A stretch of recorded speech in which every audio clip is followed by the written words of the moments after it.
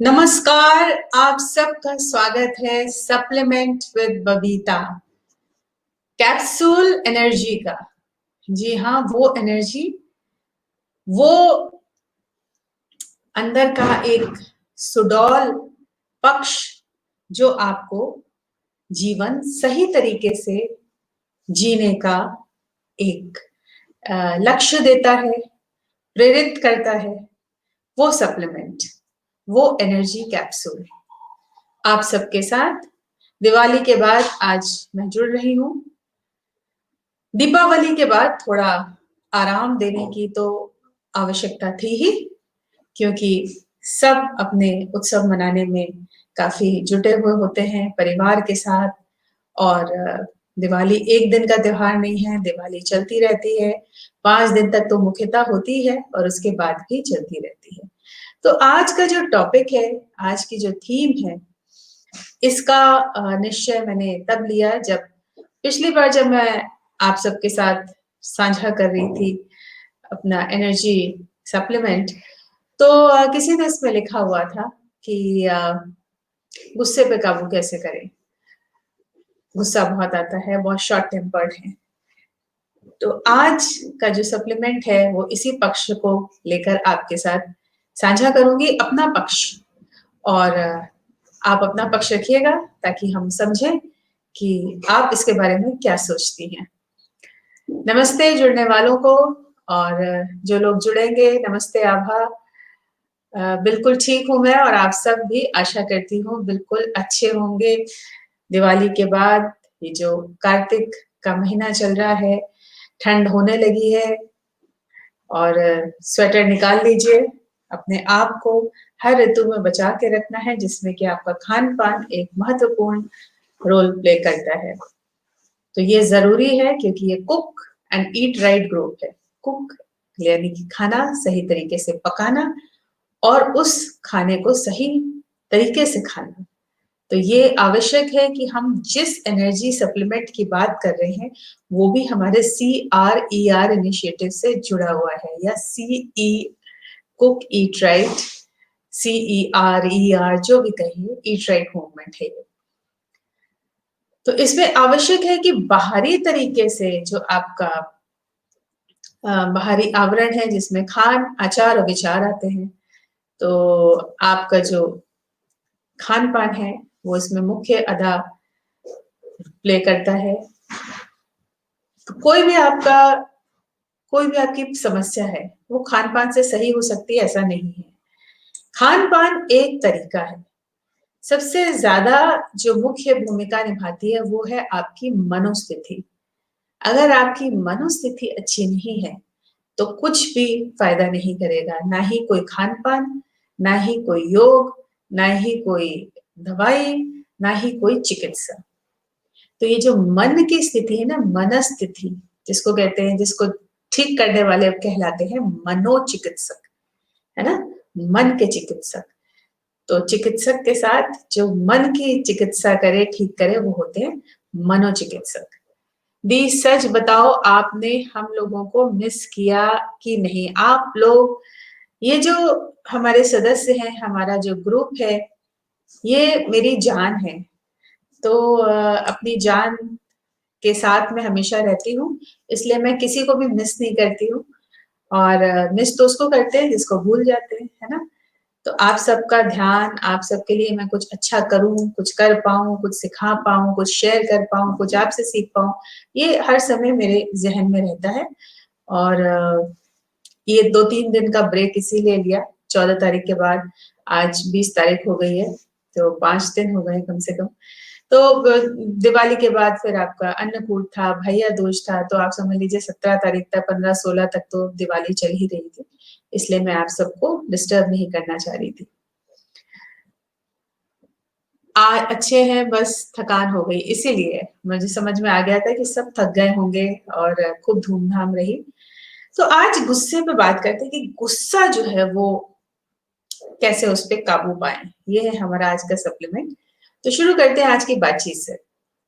देखिए, जो गुस्सा है, क्रोध है, रौद्र है, ये एक रस है। 9 रस जो हमारे नव रस हैं, नवरस रानी कौन हमने किया भी था। लेकिन ये जो रस है, ये भाव से उत्पन्न होते हैं, रस यानी कि इमोशंस। तो गुस्सा जो है, क्रोध, रौद्र रूप जो आपका है, ये वन ऑफ द इमोशंस है, एक रस है। ये जितने रस, 9 जो रस हैं जिनको हमने एक समूह बनाया हुआ है, ये हमें जीवन जीने के सिलसिले हैं। अगर ये नहीं होंगे तो हमारा जीवन नीरस होगा, नवरस से नीरस हो जाएगा। लेकिन हम क्या करते हैं, हम अपने जीवन में इन नव रसों का आनंद नहीं लेते हैं, हम इन नव रसों के गुलाम बन जाते हैं। तो ये जो गुलामी है किसी भी चीज की, वो कोई आदत हो, कोई भाव हो, कोई बात हो, कोई प्रोडक्ट हो, पैसा हो, किसी के साथ रिश्ता हो, किसी की भी गुलामी नहीं करनी चाहिए।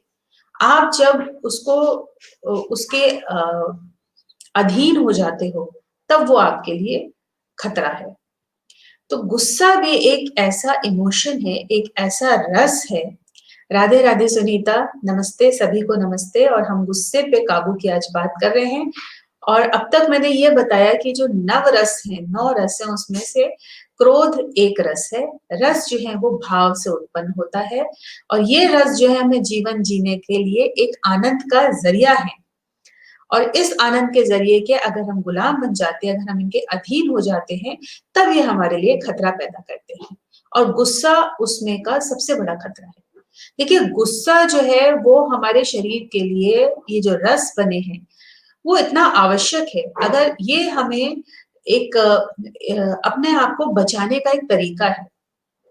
जैसे हर जानवर के अंदर ये प्रतिक्रिया होती है कि जब आप जब जब उसके ऊपर आक्रमण हो रहा होता है, जब डर होता है कि कोई उसको चोट पहुंचाएगा, उसके लिए ये जो हमारे अंदर इमोशन है क्रोध का, ये उसके लिए है, उस कारक जो है उसका, कि जब हमको अपने आप को किसी, हमने नवरात्रि किया, नवरात्रि में माँ दुर्गा के 9 रूप थे, उस 9 रूप में काली है, दुर्गा जो है वो हर रूप में असुरों से लड़ी।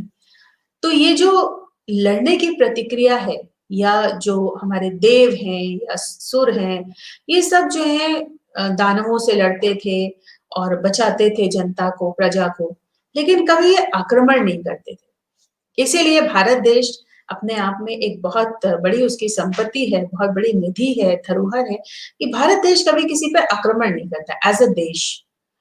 तो जो भी आक्रमण होते हैं उससे अपने आप को बचाव करना बहुत आवश्यक है। तो ये जो प्रतिक्रिया है जिसमें कि गुस्सा अपने आप को बचाव के लिए बहुत आवश्यक है।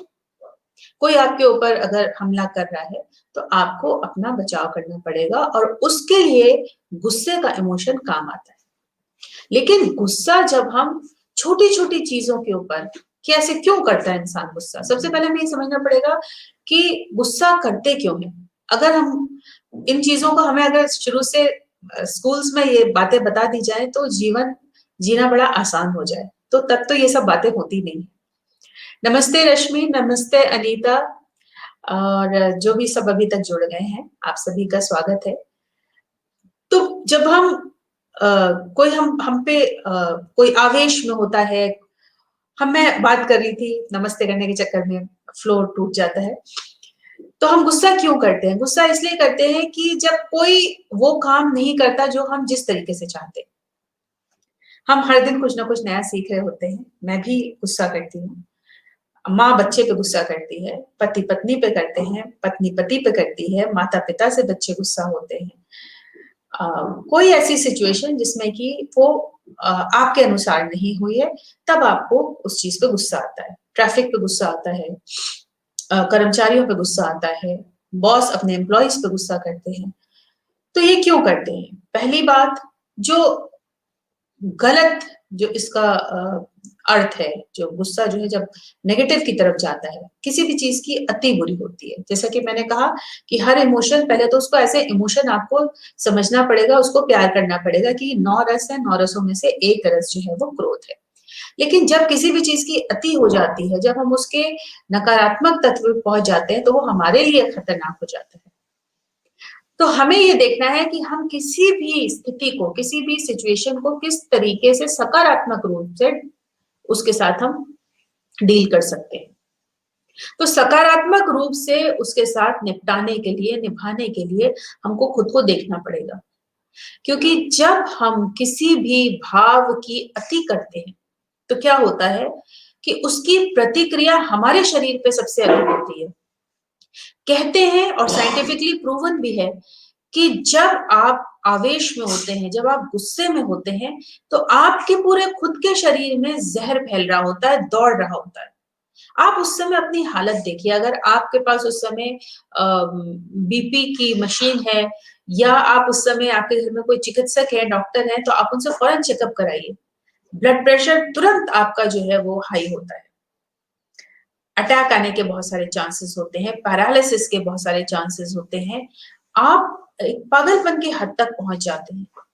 तो हम ये सोचते हैं कि हमारा ये पागलपन शायद दूसरे को चोट पहुंचा रहा है। नहीं, अगर हम इस बात को समझ लें कि ये जो पागलपन है, ये दूसरे को तो शायद ही कुछ असर करेगा, ये आपके ऊपर सबसे बुरा बुरा असर करता है। अगर हम इस बात को समझ लें, तो हम गुस्से के ऊपर काबू पा सकते हैं।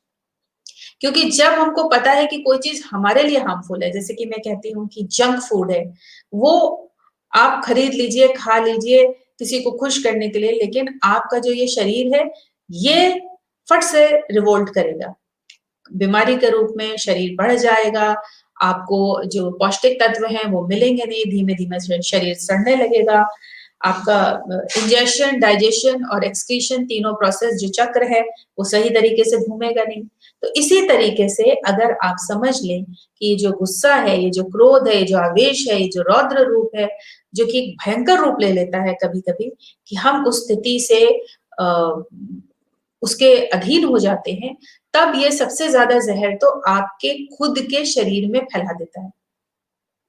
तो आप अगर इस बात को समझ गए, आप इस चीज को अगर मान लेते हैं, अपने आप को देखते हैं कि जब मैं गुस्सा होती हूँ या होता हूँ, तो मेरे साथ क्या होता है, मेरे शरीर पर उसका क्या असर पड़ता है, तब आप शायद गुस्सा करना कम कर दें और उससे निपट लें।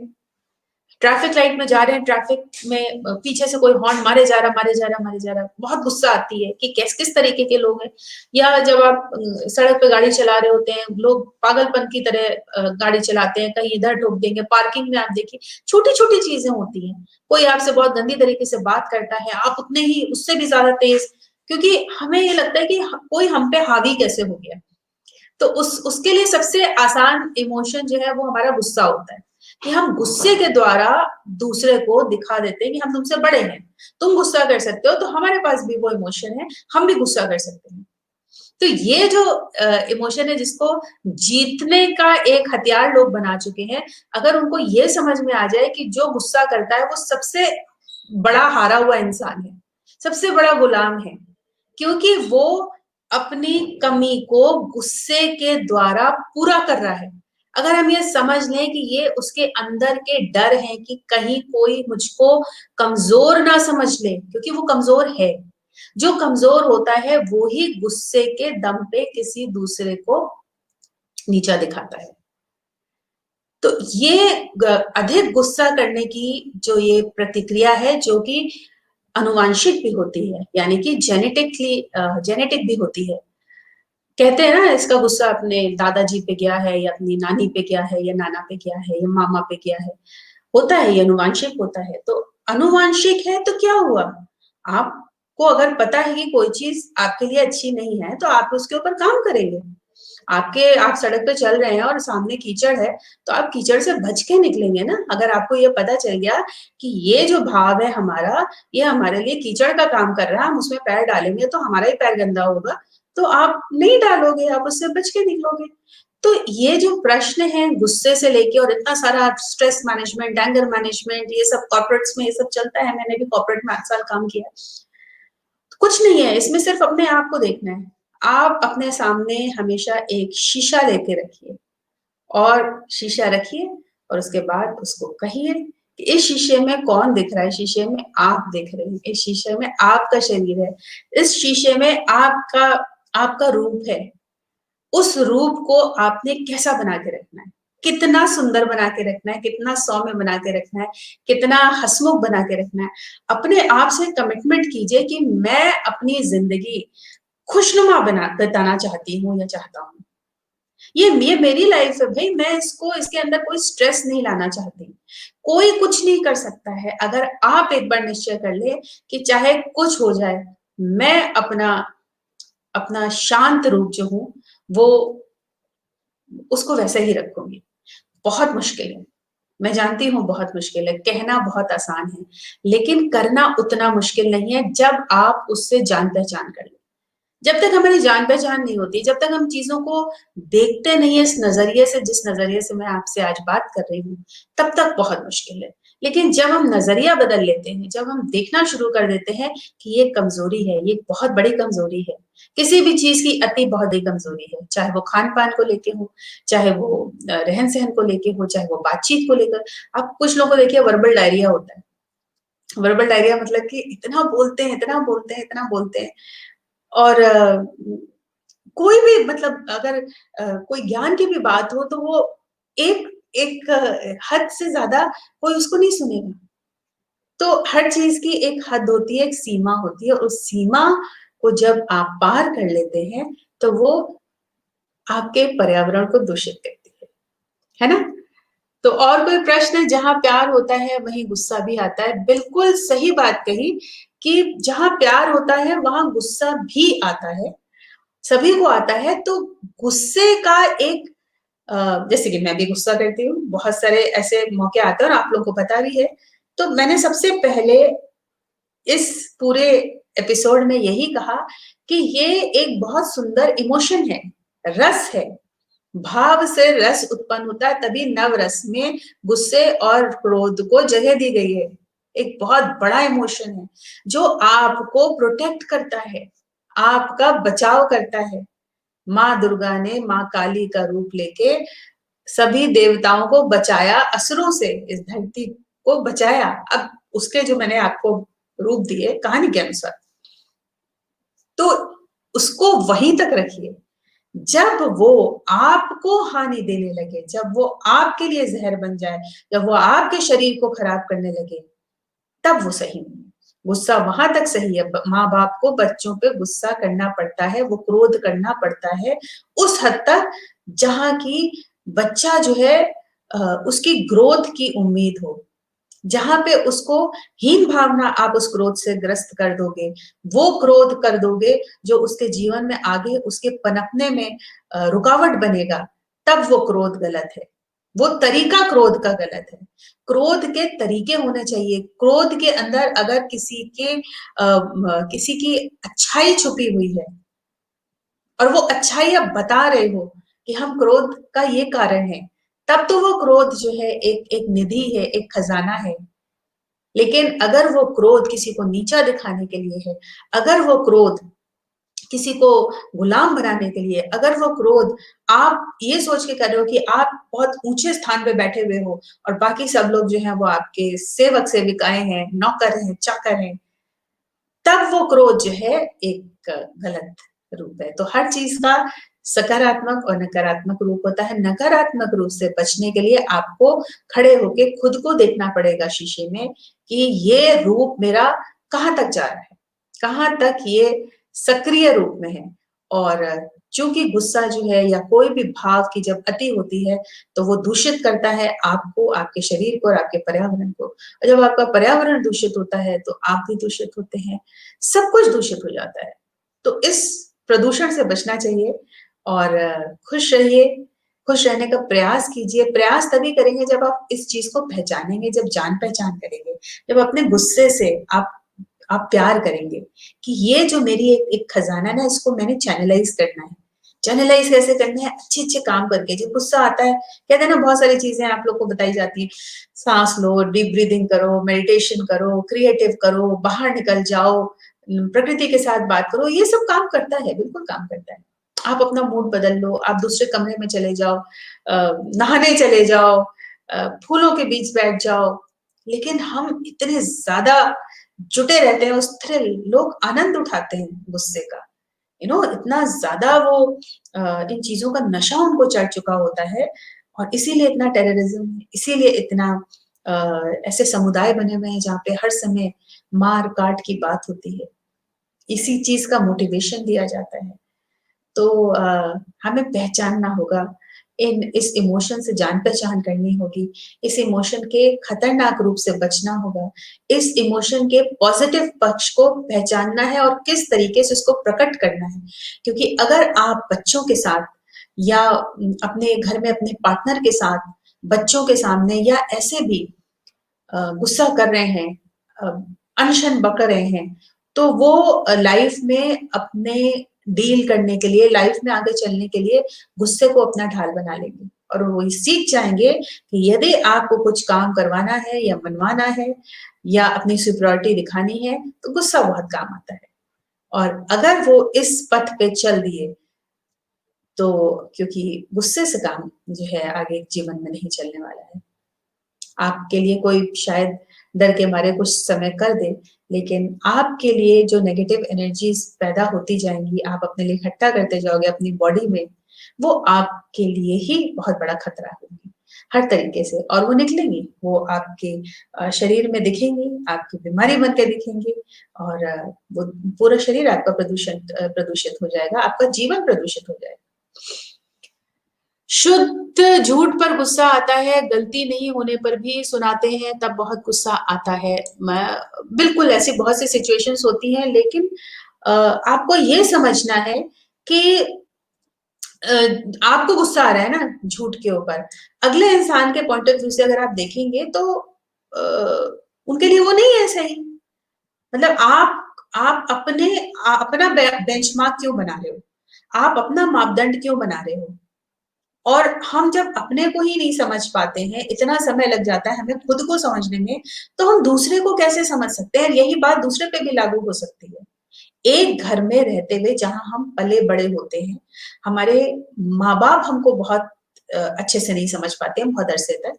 हम अपने माता-पिता को नहीं समझ पाते हैं, अपने भाई-बहनों को नहीं समझ पाते, अपने रिश्तेदारों को नहीं समझ पाते, अचानक ही उनका एक नया रूप दिख जाता है। तो हम कैसे किसी और से एक्सपेक्ट करें कि वो हमें समझ ले? इसलिए आपके लिए जो झूठ है वो अगले इंसान के लिए उतना झूठ नहीं होगा। आप जिस चीज़ को सही समझ रहे हैं वो उसको नहीं सही समझेंगे। जैसे मेरे साथ होता है, मैं जिन बातों को कहती हूँ बहुत से लोग उसको नहीं मानते हैं। तो क्या मैं गुस्सा होके बैठ जाऊँ और उसके बाद ना काम करूँ? नहीं, काम तो अपना करते ही रहना है। उसको अलग रूप देना है। अपने बात कह दीजिए, अपने अपने तरीके से आप रख दीजिए बात। और उसके बाद अगला माने ना माने या उन पे डिपेंड है। हम उसको निर्देशित नहीं कर सकते हैं कि भई वो चीज़ हमने कही कि वो झूठ थी, तो वो झूठ थी। धन्यवाद। क्या बात है बबीता, पीयू, मेरी बहुत प्यारी सखी है, मेरी बहना। धन्यवाद और ये सप्लीमेंट एनर्जी सप्लीमेंट जो गुस्से पे काबू करने का मैंने आपके साथ शेयर किया है कि बहुत प्यारा इमोशन है। ये इमोशन आपको जो भाव से पैदा हुआ ये जो रस है, ये जीवन जीने का आनंद है। इसको बेकार मत कीजिए, इसको व्यर्थ मत कीजिए, इसको चैनलाइज़ कीजिए। जीवन में अब जो लोग 40-50 के पास हैं या उससे ऊपर हैं, उनके लाइफ का मिशन होना चाहिए।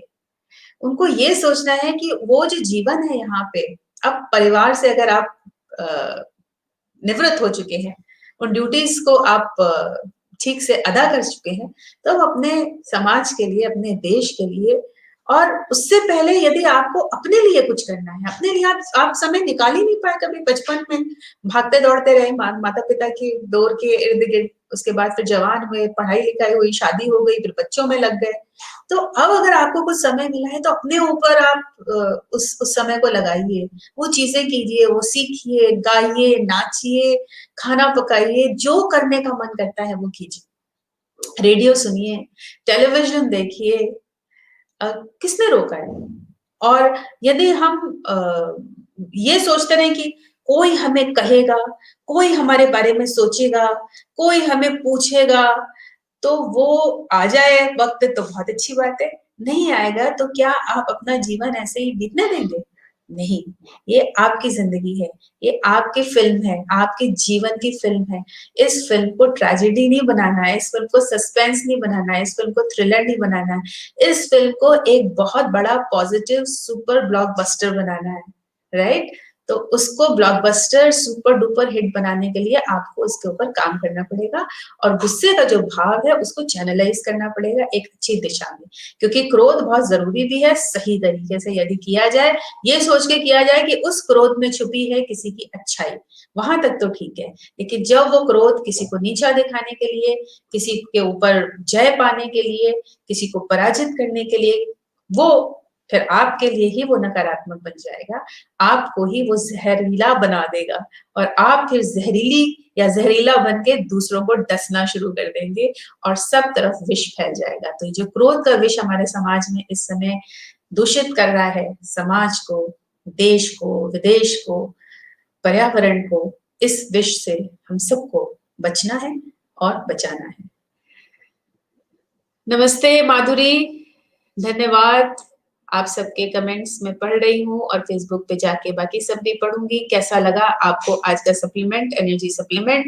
यदि आपके कुछ विचार हों इससे जुड़े हुए या कुछ प्रश्न हो तो मैं आगे ग्रुप में उसको आपके साथ साझा करूँगी, कोशिश करूँगी, प्रयास करूँगी कि उसको निपटा सकूँ। और किसी मुद्दे के ऊपर आप चाहते हैं कि हम बात करें, एनर्जी सप्लीमेंट आपके साथ साझा करें, तो ज़रूर लिखिएगा फ़ेसबुक के ऊपर। कल आपसे कोशिश करूँगी फिर से मिलूँ और बहुत सारी चीज़ें हैं। सालाना अंत आ गया है, तो साल के अंत से पहले बहुत सारी चीज़ें करनी है। आप सभी के साथ बहुत सारा प्यार, शुभ रात्रि और हमारा तो सारा काम गाना सुनकर ही होता है। बहुत अच्छी बात है, गुस्सा क्या होता है, ये मैंने अपने शब्दों में ढाला है। बहुत अच्छी बात है, ज़रूर साझा कीजिएगा सबके साथ। धन्यवाद, ज़्यादा समय नहीं लूँगी, ये सबका बहुत ही कीमती समय होता है। बहुत-बहुत प्यार, शुभ रात्रि, नमस्ते।